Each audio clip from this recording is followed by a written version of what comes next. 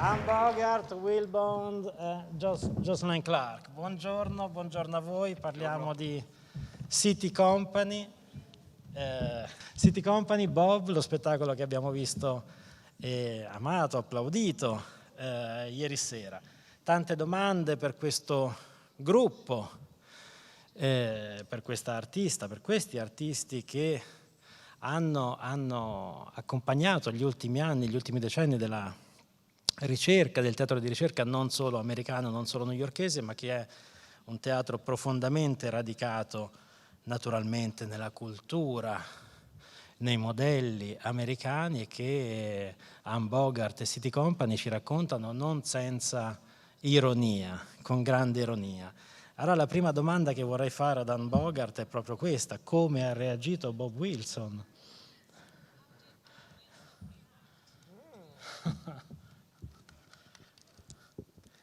Hello, everybody.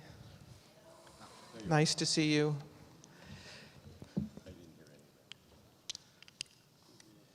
When I used to do auditions for actors, I could never sit behind a table. I know. Yeah. No. So I always feel like I have to feel the actor so I can walk this way. Be connected to them, which is why we're sitting in this odd situation. Yes. Thank you. When I was a young director, I was obsessed with Bob Wilson. I didn't understand him, and I will get to answer your question, which is how he reacted, but maybe it's interesting to hear how this piece happened and then how he responded to it. I used to follow him on the street, secretly. I didn't understand how anybody could make the kinds of things he made. He's 10 years older than I am, and so he was somebody I looked up to. But as the years went by, I began to also hate him. I hated him, and then I loved him. And then I hated him, and I loved him. And I hated him, and I loved him. And many years later, after seeing many pieces of his work, I went to see a production of Alice in Wonderland that he did, and it was at the Brooklyn Academy of Music. And he had gotten older by this time, and it was the final night, and I was sitting way up in the back of the theater, and when the curtain call came, it was really wonderful. It was one of his really wonderful pieces where I loved him as opposed to hated him. And at the end, there was a curtain call, and because it was the final night, he came out to take a curtain call. And he came out, and he had gained weight, and he has graying hair, and he was limping because he had fallen into the orchestra pit yelling at somebody in rehearsal. So he walked on stage, and he took a bow with the audience, with the actors, and I burst into tears.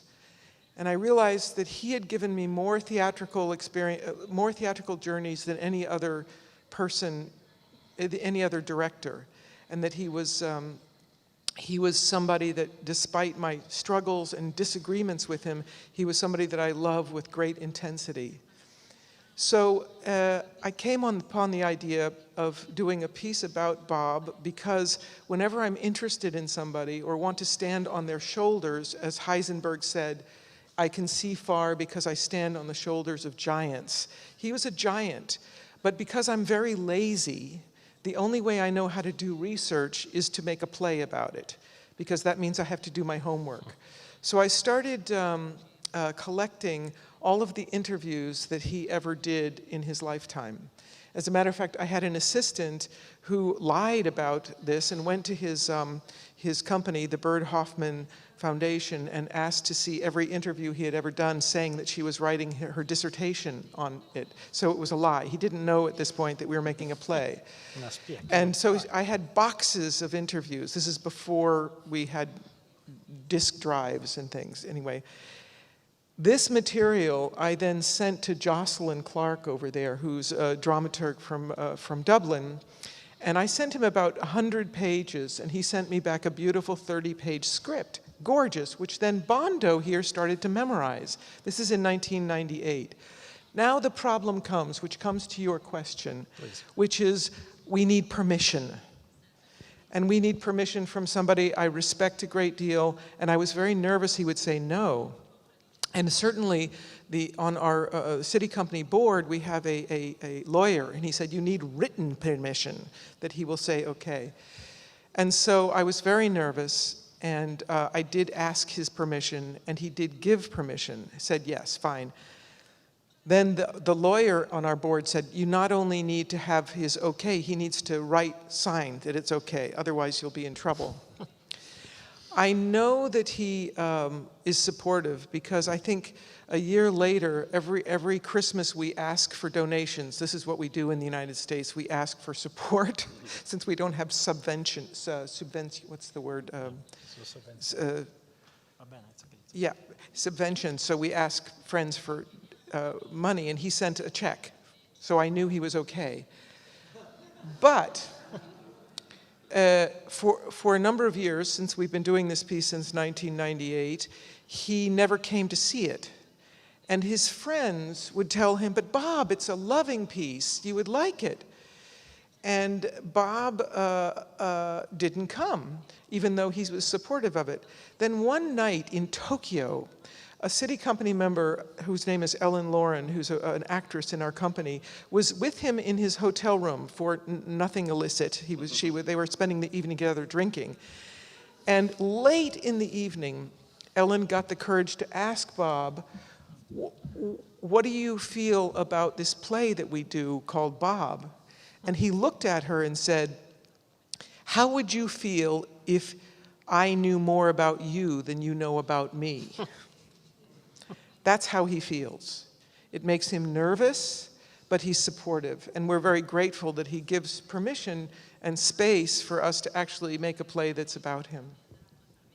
So, andiamo avanti con i passaggi di questa storia legata allo spettacolo di Bob Wilson, e vorrei chiedere a Jocelyn Clark come appunto ha lavorato a raccogliere la vita, le opere di questa enorme quantità di materiale in un testo che sapesse raccontare l'individuo, la persona, ma anche l'artista con i suoi problemi, con le sue nevrosi e con i suoi slanci creativi, e con grande anche ironia. As Anne was saying, that she collated 100 pages of documents of interviews with Robert Wilson over the last 20 years. And then she sent all of the pages to me. And then I spent about a month reading through the work, and gradually a narrative emerges of this quirky character called Bob. And so I sat with Bob and kept reading the text over and over and over again. And then I sat down, and in the space of, I think, 18 hours, I wrote the first draft of Bob. And so the reason I did it in 18 hours as opposed to taking 2 weeks or 3 weeks or 4 weeks was I was curious to see if I could match some kind of performance length in terms of the writing of it. And so one of the keys to when, because Bob is the first part of a trilogy that we have done around key artists that are of interest to both Anne and myself and to the company as well, which the second piece is called Room, which is about Virginia Woolf, and the third piece is called Score, which is about Leonard Bernstein. But Bob was the first. And what's interesting about Bob, the character, when you read all of these interviews, is that in some cases, kind of like John Cage, who I'm sure we'll talk about later on, is that he gives the same answers over the course of 20 years to very different questions. And sometimes he uses the same story in 5 different contexts to explain something. And so with that kind of knowledge, I began to take all of the text and look at it in terms of being a performance. And so the idea is that you have a very live experience as you watch the piece. So it's not a biodrama. I know very little about Robert Wilson's actual biography because that was less interesting, but it would be about a director who was called Bob, who's stuck on a stage for 80 minutes. And what does he do? What is the deal that he makes with the audience to keep on that stage? So in terms of its ironies that you speak about, the ironies are Bob's own ironies, which in the course of the 19 years that we have done this show, the last time that we did it was in 2008 in Madrid, is that when Bob first appeared in 1998, people thought he was a little crazy. And then by the time we have come into this kind of century and this second decade of this century, he seems now quite ordinary. in terms of that he's now speaking to a political context which seems very prescient in some ways. And so what's interesting about this text and what's interesting about Bob as a character is how he has grown with the years. And that's very much also to do with your performance, which is that watching Bondo last night, again, there are new discoveries being made with every iteration. We will talk about that. Will Bond. Will Bond fa un lavoro straordinario. L'avete visto quanti livelli interpretativi sono chiamati in causa in questa performance. È lui, è Will Bond l'attore, Will Bond che interpreta Bob Wilson, Will Bond che interpreta Bob Wilson che interpreta un attore di Bob Wilson. C'è una metateatralità, un gioco teatrale ultra brechtiano, no? Veramente una ironia continua dell'attore su se stesso, dell'attore su questi molteplici personaggi, l'imitazione e l'evocazione che fa dei gesti, no? del teatro di Wilson sono straordinari. Allora vorrei sapere appunto come si è preparato a questo spettacolo, qual è stato il suo contributo creativo alla creazione di questo personaggio e che vuol dire, cosa significa essere being Bob Wilson, no? That was a lot of questions. I worked with Bob Wilson in '94 maybe or something like that on a play called Persephone, which is a small excerpt of a much larger play. Maybe you've seen it. And that was a particular experience over a course of a year. And then I think we were in Dublin performing another play of the company, The Medium, and we were in technical rehearsal, and this is how I remember it anyway. We were at technical rehearsal, and it was late at night, and everyone's really tired, and there's a pause, somebody's working on the lights or something. And Anne and I were chatting, and Anne said, "Do some Bob for me." Part of our job in the company is to keep Anne entertained. So I was in a crabby mood, I suppose, and tired enough. And I left the theater. I just walked out. That was my first part of the impression. And then after a little while, I came back in, and I don't know what I did, but I did a whole impression. And I can't do impressions, and then Anne said, "Oh, we're going to do a solo performance called Bob." And that was a big joke. And then 2 years later, we had a script from Jocelyn. But Anne also told me about your impression. Yeah, oh, I see, yeah. What else can I say about that?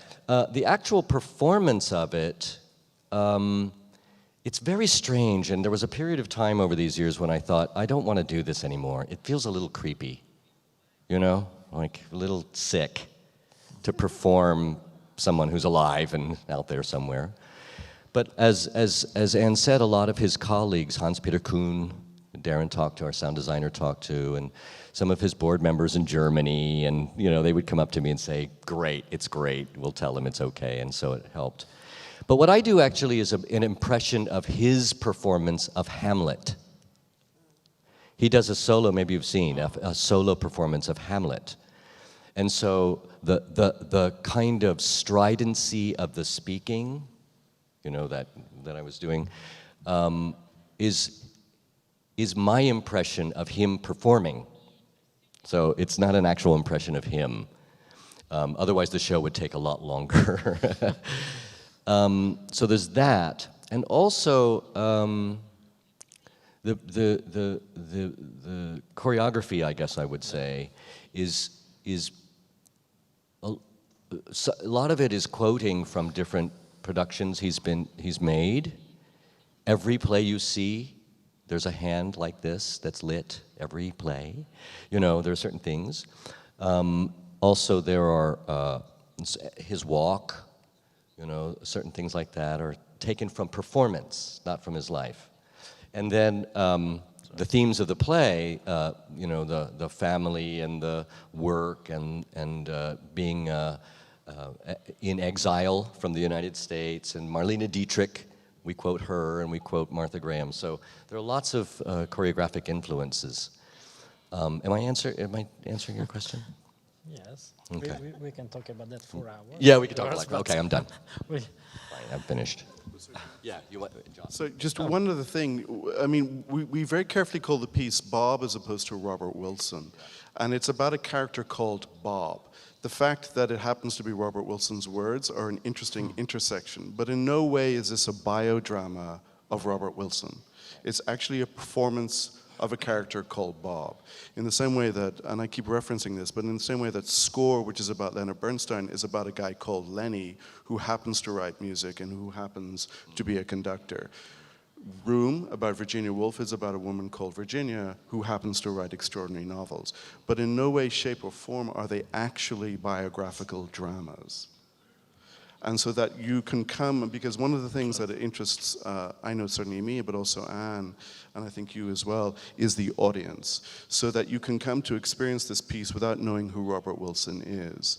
And my favorite review was from two old women who saw Bob, and they were standing outside, and they said, I hated that show. I hated that guy Bob. I thought it was going to be a comedy. And it wasn't, because it was called Bob, but it wasn't a comedy. And he was talking about theater all the time, and I just didn't understand what that was. And they were like, yeah, I don't know if I like that show. And then one of them turned to the other and said, you know that story about the airplane tickets? That happened to me. And I remember that. I remember that too. And then at the end, they kept saying, but when he said goodbye, it was the saddest thing in the world. And so these people had a relationship and an experience in the show that had nothing to do with Robert Wilson, and everything to do with the character of Bob and the performance. Ma sì, infatti è curioso capire come il pubblico non edotto, non preparato abbia reagito a questo spettacolo, ma in parte abbiamo risposto. Ci diceva Will Bond che gran parte del loro lavoro è di farla divertire. Qual è il segreto per tenere viva, attiva, creativa una compagnia come la City Company per tutto questo tempo? 24 anni, 25 anni? Thank you for that question, because it lies at the heart of our creative process, is the fact that we are a company. And it was, we were in Dublin a number of years ago doing two shows. One was called Bob Rauschenberg America, and the other was called Radio Macbeth. And that was in the course, it was for the festival there. The week afterwards, we were doing a third play called Hotel Cassiopeia at BAM in New York City. And the week after that, we were doing something called Radio Play in Los Angeles. And actually, I was talking to Jocelyn when we were in Dublin, and I said, I don't know how we managed to do 4 plays in 3 weeks in 3 different parts of the world. How the hell is this possible? And Jocelyn said to me, very simple. I said, what? He said, the training. The reason we can do this is because of the training, that it's something that keeps us together. And I would say that in the very beginning of City Company, the actors got together and they said, what makes us a company? And the answer was, right, Bondo, was the training. It's the one thing they agree on, and they don't agree on anything else. I promise you, there's nothing they agree on. But the one thing they agree on is that they train together. And for 24 and a half years, they have done that. Now, that serves as say, in a tree, it would be the roots. That's what nobody sees, but it's what actually nourishes the tree. The beautiful things on top, which are the productions, are the result of taking care of that tree, nourishing it not only by respect and attention, but also finances. And one of the things that we decided to do in the very, very beginning in 1993 was that the actors should be paid decently. It doesn't mean that they're always paid decently, because we fail sometimes at fundraising. But in many companies, it's decided that the actors will get paid actually after the structure is made and the musicians are paid, and this happens a lot in New York anyway, and everything else is paid, and then finally the actors. We said this is a company about the actors, and we have made an attempt, and not always successfully, to make a decent living, at least try to, and I think that maybe you should speak to this, Bondo, but I think at least the attempt to take care of the actors and give them responsibility for the company and also responsibility and ownership for what we make is what allows us to stay together and keep creating. But if I had to say one word that has actually allowed the work to be made, I would say the word respect. That no matter how much we disagree or how much we do or do not like one another, we actually respect one another. And it's not a feeling respect, it's actually an action. You can feel very differently, but respect is the way you treat somebody. And I think that's, in a way, what has fed the many different productions that we've made over the years. La compagnia City Company è famosa per queste tecniche, no? Viewpoints, composition, tecniche che sono state prese anche dal linguaggio della danza, dai codici della danza contemporanea, dalla Judge Church, ma che poi sono diventate molto altro. Allora ecco, se possiamo raccontarle da dentro, qual è l'esperienza del training quotidiano, suppongo? Just to continue a little bit, and I'll get to that. That's beautifully said, Anne. It really is what holds us together as a company is training. And a lot of, out of our workshops, a lot of companies have formed around the world. A lot of people meet in our trainings, and then they go off to Spain or Portugal or wherever they go. And they, I just gave you a tip. How to make a company. First donation, there you go. And they form companies. And it's always been a question, you know, how do we make a company? How do we make a company? We get funding or we get a contract or something. And for us, it is very much about we train together. We don't talk about it in rehearsal. We don't talk about it when we're making plays. We don't devise work out of our trainings. I'm not doing Suzuki training or viewpoints in the performance. But as a group of human bodies in a room, we're all equal. We all have an equal voice and conversation because we all have, you know, our bodies and our levels of energy. And we allow each other to teach each other. Everyone teaches. And out of that comes a kind of animal respect, like you say, Anne. And one of the trainings we do is called Suzuki training that we inherited from a company of actors. And the conversation in that training is all about animal energy, which is a theatrical experience, which is why we don't want to sit behind a table in front of you, you know, that actually the exchange is animal to animal.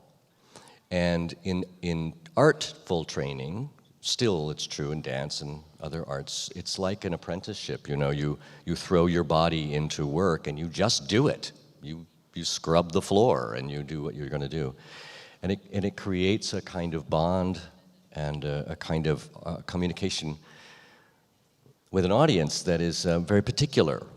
You know, like we say in Bob, it doesn't matter what I say, I don't even know what I'm talking about, but I'm trying to really be here with you, you know? So, and then the experience inside of it really is, the Suzuki training is very classical, looks very classical, and it draws from modern dance, and it draws from traditional Japanese forms, and from you know, classical ballet, and it's very Martha Graham influenced, actually, Martha Graham dance. And it's very anaerobic. How would I describe it? Some of you have done this. It's really aggressive on the body in short bursts, but it's also, as Suzuki would say, it's vocal training. It's just because they perform on massive stages outdoors in his own theater. So they just have to be able to produce a voice that can fill that theater. It's kind of dumb and obvious. Make a big voice, you know. So there's that, and then there's the viewpoints training, which comes from, as you said, the postmodern dance world, and Anne has adapted it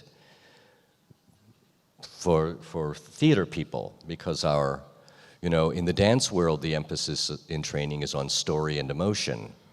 But in the theater, story and emotion is kind of a given, so we don't talk about that so much. We talk about compositional tools. So, we're practicing silently mostly, body to body. I don't know, how's that? Yeah. But the other thing about company is I want to say, first training, maybe no idea for a play, training. And then company.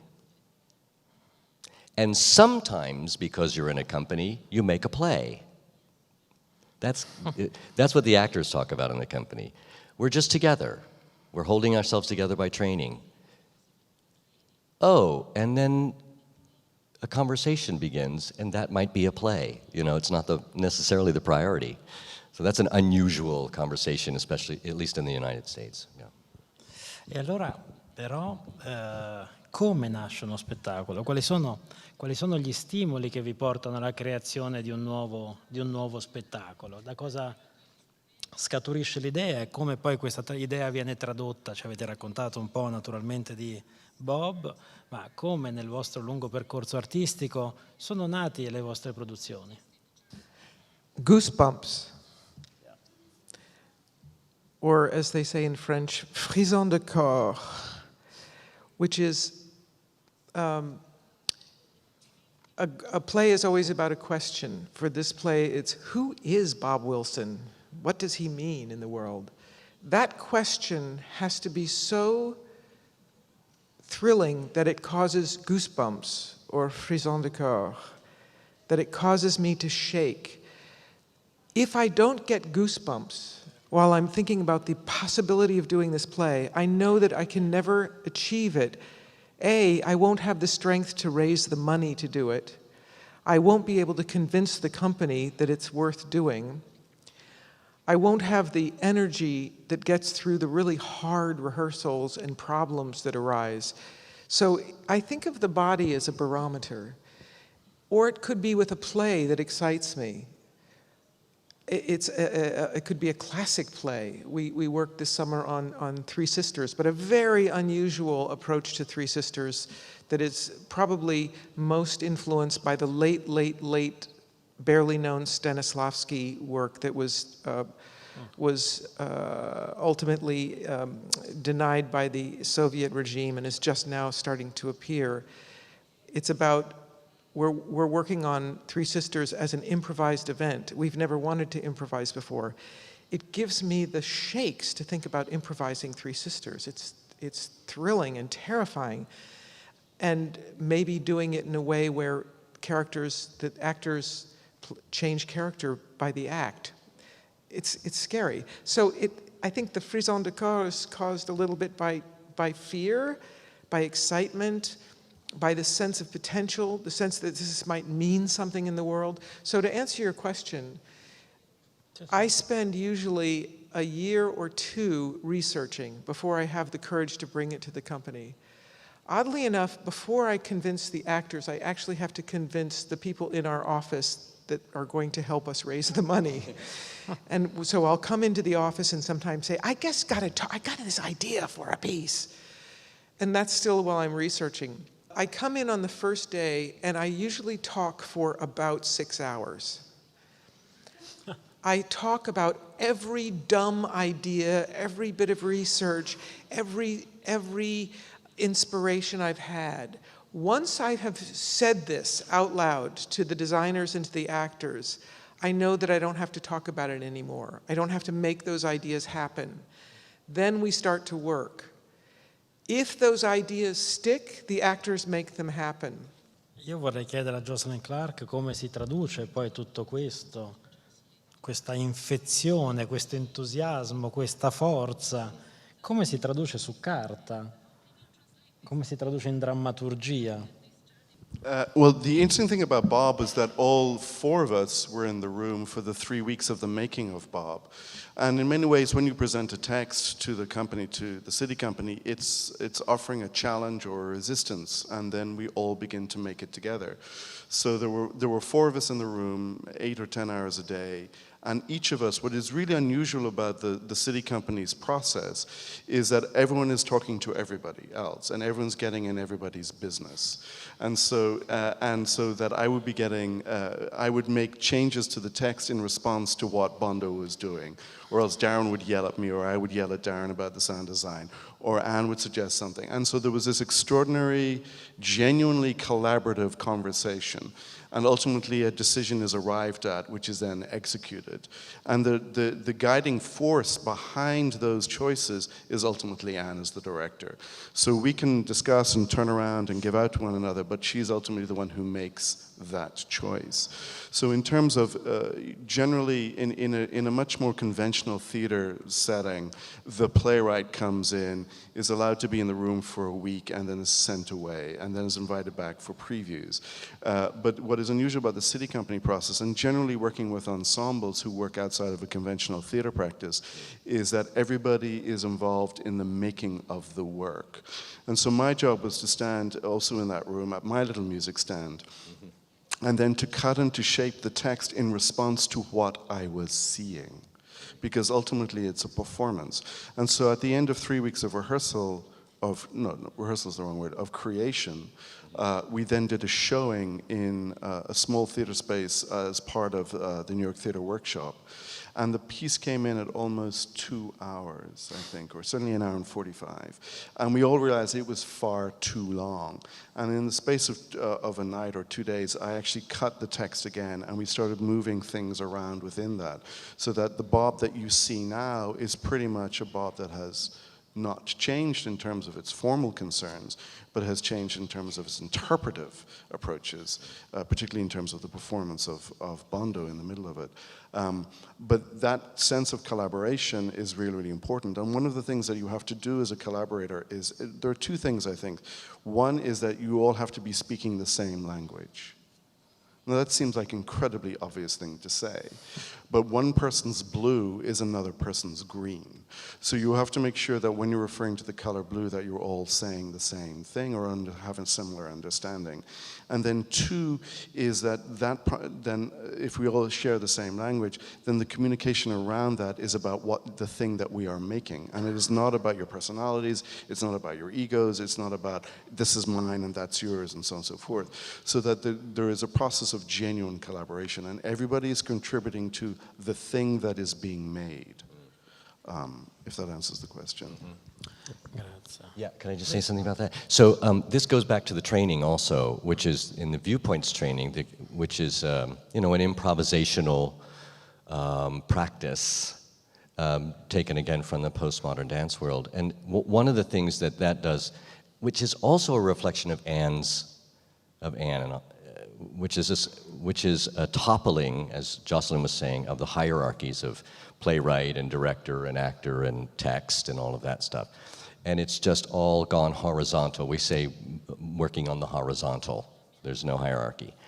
Even though there is a director and there are actors and people have they make their contributions.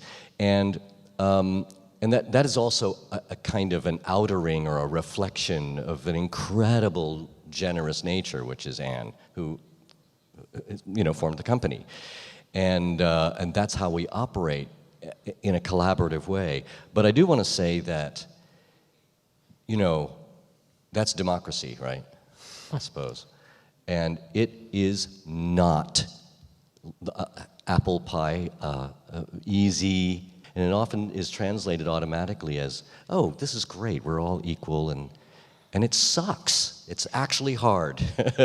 And we don't agree most of the time. And as a lazy actor, I sometimes just want to go, just tell me what to do. Just, where should I be? Like you get lazy and you want to be told what to do. And that kind of disease, we're constantly fighting. So it's, I just want to sort of point to the extension of Anne's nature, which is this training, which is how we make work, and invite people from all over the world to do it with us.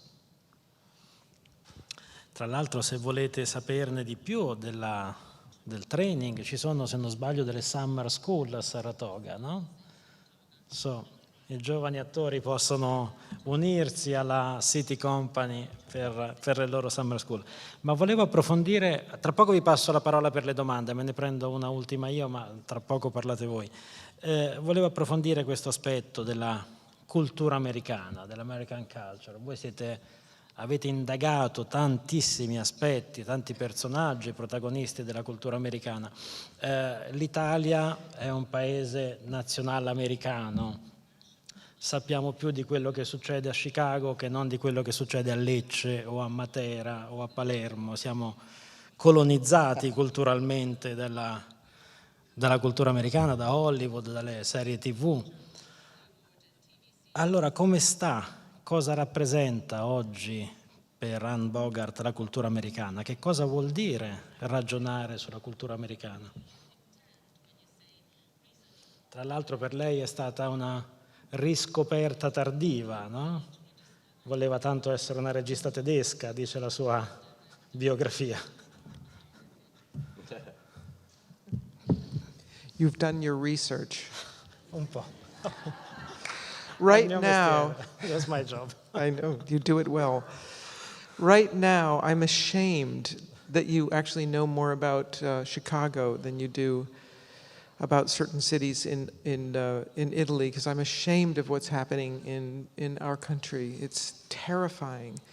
And I'm so afraid. And when I feel fear, I know I have to get fierce. And I'm afraid of the proclivities of isolationism, separatism, fear, and demagoguery taking over. So I just would start with that. When I was young, I grew to hate American culture. I was I thought it was superficial and superficial. I was ashamed of being an American. I think Bob says it in the play, which is Americans very naive. are very naive. That's really beautiful, but it's also embarrassing. I was embarrassed by my culture. And I was very influenced by German theater of the 80s and late 70s. And so I did end up by working in Germany a lot and thought I would not speak English anymore and become German. But I found out by being there, it's a long story I won't go into, that I'm actually very, very American. And through being in mostly German-speaking countries, I fell in love with America. And I realized through trying to direct like a German, I directed the worst thing I ever did. It was in Berlin with people from, students from the acting academy there in 1981. It was the most hated play ever, and I had 5 months to rehearse it. I was paralyzed with a fear of being superficial, so I didn't do anything as a director. And audiences would come to see the show and they would yell, "Das ist aber scheiße!" That's really shit. And I would say, you know, it really is. Anyway, long story short, I went to a hotel in Bolzano, in Bozen, and had a epiphany that I'm actually American. And I fell in love with American culture. And I said, wait, we have problems. We are known as the United States of Amnesia. That's a phrase by Gore Vidal. We have an amazing history, but we've forgotten it. And I fell in love with the fact that actually, despite the destructive qualities of our history, we also have invented amazing things like vaudeville, like silent film, like mystery. I mean, there's a long list, jazz, you know, and albeit that's all appropriated from various cultures coming together, it began to interest me, and I decided to, rather than reject, I would celebrate the culture out of which I came. And I suddenly realized, and it has to do with why I made Bob, that at that point I was embarrassed by the superficiality of a lot of people who were maybe 10 years older, like Bob Wilson, Meredith Monk, Philip Glass. I suddenly realized, no, I love them. They've given me so much. They are the nourishment of my soul. So I went back to New York and I decided to make a lot of work about what it means to be an American. Therefore, making pieces about Bob Wilson or Orson Welles or Gertrude Stein, and also looking at unknown American playwrights like unknown, but not celebrated, like William Inge. His Picnic, I think, is our Chekhov. So I went through a period of dark times in order, what is it, in most fairy tales is like you leave home in order to find out that home was where you were meant to be in the first place. What is it? Dorothy clicks her heels. There's no place like home. There's no place like home in The Wizard of Oz. And so rather than reject my own culture, I decided to investigate, celebrate, and own it as part in my own body. Domande da parte vostra. Buonasera, salve.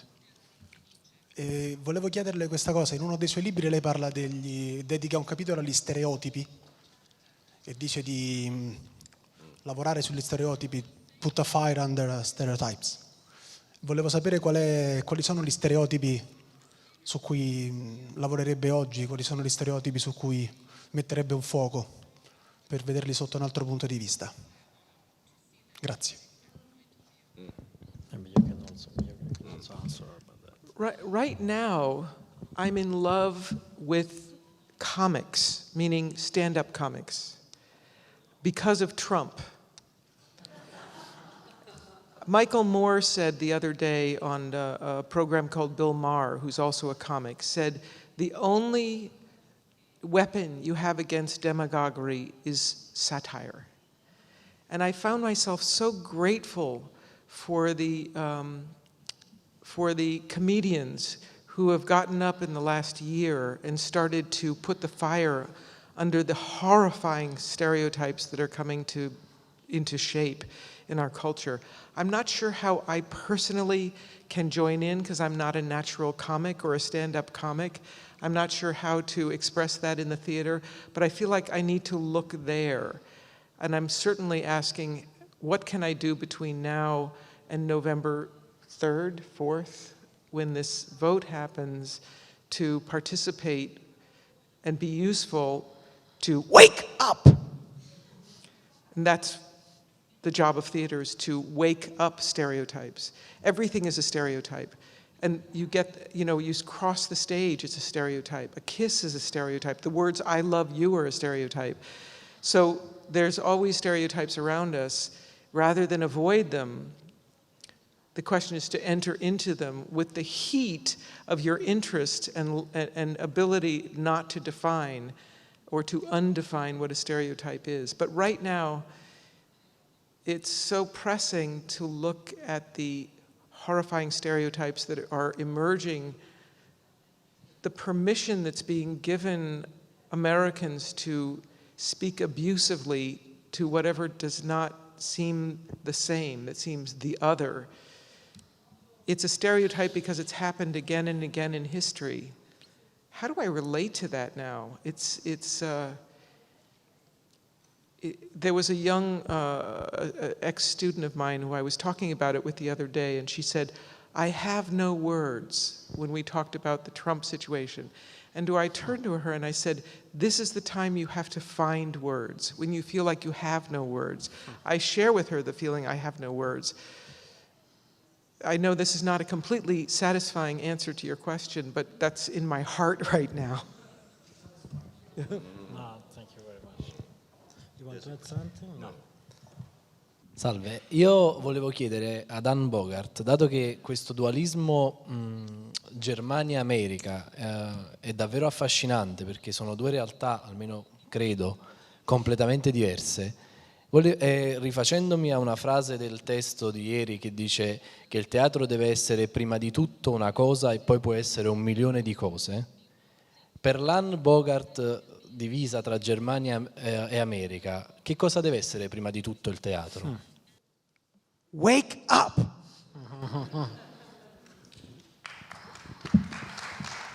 Mi pare una bellissima risposta.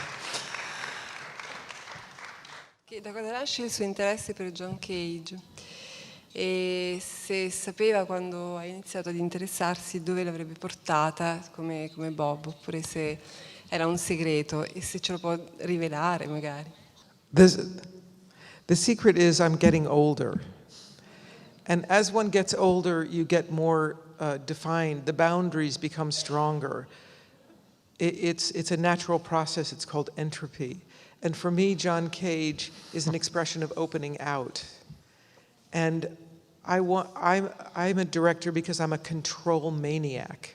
I want to control everything. Ask my partner over there, she'll tell you.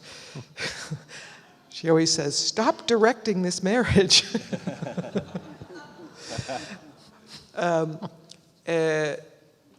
I don't want to become smaller. And John Cage, in his life, kept opening wider. And I did a play once, and I know we have time issue, it'll take a second. I did a play once called American Silence. American and then S-I-L-E-N-T-S. So it was about American silent film, but it is also a play on words on American silence, that we are too quiet about things. And I wanted the first 20 minutes to be a promenade piece. And all of the actors, they were students at Columbia University. I was making a big piece with them. And we divided the space into all these different compartments as if it was silent film warehouse, where in silent films you didn't have sound, so you could make many films at the same time. So I wanted the audience to walk around for the first 20 minutes of this piece about silent films and to see different films being made by the actors. Each one was acted out, like 12 different compartments that they could walk around. That was actually stolen from Bob Wilson, a piece called The Dollar Value of Man. He did that. I only steal. Anyway, I'm speaking too fast. So I worked on each little piece separately and made it a perfect little scene so that 12 scenes were happening simultaneously. Everything, and then at the end of 20 minutes, big bells rang, and then it was revealed that the audience could sit on these bleachers, and for the rest of the play, they sat on the bleachers and saw the play as if it had a stage. So everything was nice. Opening night was great. Wonderful. The audience had the promenade experience, and then they sat down and watched the play. And then I went to Iowa to teach a workshop. And 2 weeks later, I came back, and it was going to be closing night of the production. So I thought, I'll go see the production. It sounded like Bob. I'll go see the production. So I went to see the final night of the production, and I started to walk around with the audience in the promenade. And suddenly, two people, and there was I think it was maybe 200 audience members who could get in. Two people or more discovered that the benches, what do you call them? The bleachers were over there, and they all walked over. And little by little, the entire audience walked over and sat on the bleachers. And I sat down and I thought, this is going to look horrible because nothing's coordinated. And I looked up and I saw the most beautiful scene I've ever seen. 12 different cubicles at different times, completely uncoordinated. Do you follow what I mean? It was like a cacophony of all these different films being shot. I mean, Buster Keaton was over here. I mean, there was D.W. Griffith was over here. And it was the most beautiful scene I ever saw, and I realized I could never have directed that. It's too disorganized. I want to learn that. And I think Cage can teach me to stop controlling little things, but to open up and allow for things that I have no control over. And I think that's part of trying to get older without shutting down. So I appreciate the question. Thank you very much for that. Yeah. Che bella risposta. Grazie Jocelyn Clark, grazie Will Bond, grazie Bogart. Grazie davvero. Thank you very much. Grazie a voi, a domani.